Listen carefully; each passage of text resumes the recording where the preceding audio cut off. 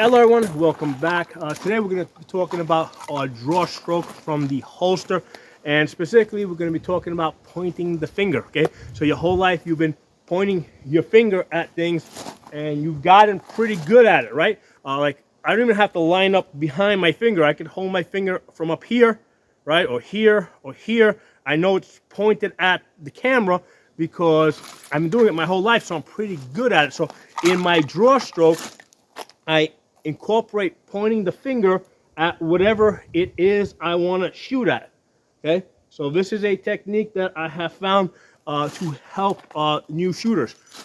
Teach them to, I teach them to point the finger at whatever it is they want to shoot at. So in addition to properly orienting the gun, what it also does is it's a safety thing because your finger's off the trigger until you're ready to shoot. So a lot of times people struggle with the they kind of struggle with, okay, I need to shoot fast.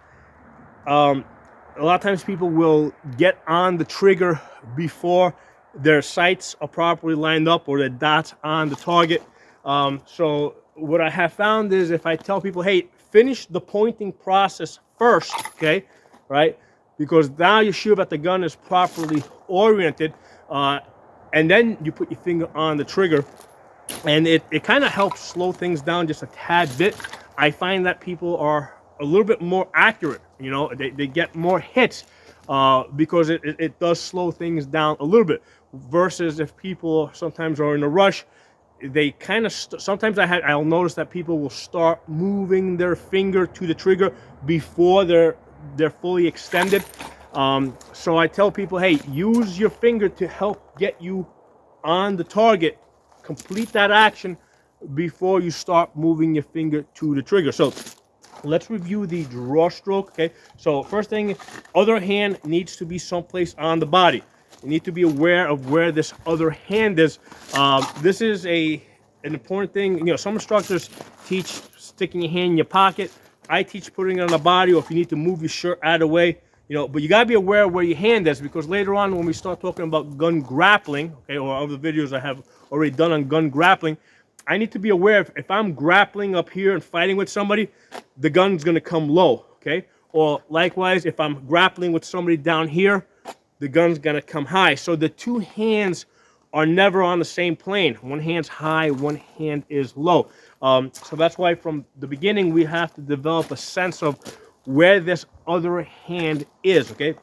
So the draw stroke is you put your hand on your body, you grip the gun, pull, rotate, join, go to full extension, pointing the finger straight out to the target.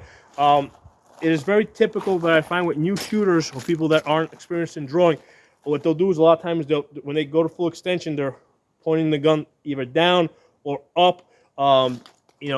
That's a very common problem that I see with new shooters trying to draw from the holster. And one of the reasons why AR-15s tend to be better home defense guns, because your hands are further apart, so you got a better sense of where the gun is pointed because your hand is further out. Okay, whereas when the hands are together, people I find have a hard time of sensing how the gun is oriented. But when I tell them focus on your finger, point your finger to the target, you've been doing that your whole life, all of a sudden I see much better results. I see that people naturally orient the gun more easily and quicker to the target when they're going to shoot it. Okay, so it's one of those techniques that I've developed that I just find that, hey, when people don't do it, sometimes they're slower to learn it. When I tell them to do it, I find that people pick it up faster. So that's why I've taken to kind of teaching everybody this technique. So let's shoot the target over there. So again, I'm going to grip the gun, pull, rotate, join. So an important thing with the draw stroke, okay, at each phase you want to get your hands in the final position. So when I grip the gun, okay, I don't want to grip the gun, come out here, and then start moving my hands around on the gun, okay? While the gun is in the holster, I want to get my grip in that final position. Doesn't matter if the gun's inside the waistband, doesn't matter if it's a Glock 43 I'm using, it's a small gun.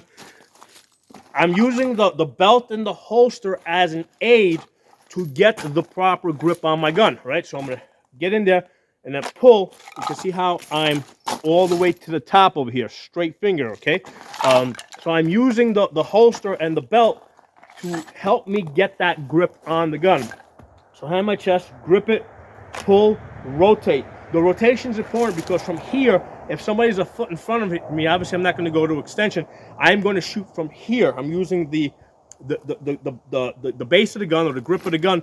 I can use that to orient, to get a sense of where the gun is oriented. So even if I'm turned around, you know, I know where the gun is pointed. I'm using my finger, right? So again, I've been using my finger my whole life. So even if I'm in an awkward position like this, I know that my finger's pointed at the camera, even though I can't see the camera. I know that my finger's pointed at the camera because I got a lot of experience doing it, right? I've been doing it since what? I've been like what, 4 or 5 years old. So when you grip the gun, you're gonna pull, rotate, okay? If the person is more than a foot from you, then you go to the join position. So if they're only like a foot or two in front of you, you're not going to go to full extension. If they're 2 feet in front of you, you're going to shoot from here. Obviously, you're not using your sights, so you're using that finger to orient the gun towards the target. Okay, so that's one of those things that you can also practice. You get to a location where you can that allows you to shoot from this position over here. Okay. So and then from there, well, here's the thing: when you get into that joint position. Again, now you got to get this other hand in its final position. I don't want to, a lot of times I'll see people, they'll come up here and they'll start fumbling around over here. At each step, you want to complete the process. Don't go on to the next step until you finish that step. So here I'm gripping the gun. I'm in the final position. I'm going to pull, rotate, join. Okay, I am now in the final position. My hand is not going to move once I go to full extension, okay? So I go to full extension, right, find my gun, pull the trigger, okay? So that's an important thing. I noticed it a lot, even with experienced people. They'll come out here and they're fumbling with their hands out here because they didn't get the proper grip at each step, okay? So let's do this again one more time. So grip, pull, rotate, join, go to full extension, take that shot, and to reholster, basically everything is in reverse, right? You're gonna come back, okay? So I wanna come back over here. Over here I have good retention, so if somebody's gonna grab the gun, I'm a lot stronger over here than out here. Also, this is my work area. If I'm gonna do any magazine changes or whatever, I can do it here. Some instructors teach coming up here, so that you can see the gun as you do the magazine change. There's a couple of reasons why I prefer down here. Among them, sometimes I'm at different locations that don't allow you to point the gun up that way or that way, you know. So I use a technique that I can use at all gun ranges, right? So no matter where you're at, when I do the magazine change or whatever, let's say right now I've designated that as a safe area. I want to keep the gun here, keep the gun pointed where I want it, right? And then I can do my magazine change, the gun staying in that safe direction, okay? Whereas if I go like this and do the magazine change up here, some ranges won't allow that, right? Some ranges don't like that. They want you to keep the gun that way. So that's why I like using a technique that scales, that I can use everywhere. You know, because I'm always going to know where down range is. So no matter where I'm at, I can teach people to do the magazine change, you know, with this as a work area. Okay, but I understand that there's good reasons for doing the magazine change up here, so that you can see past your gun. You can see the gun and the threat. Nothing against that, you know, but like I said, as an instructor, I have to use something that's going to work for all situations, okay? So that's why I prefer the work area over here. This is where I like to do all my work.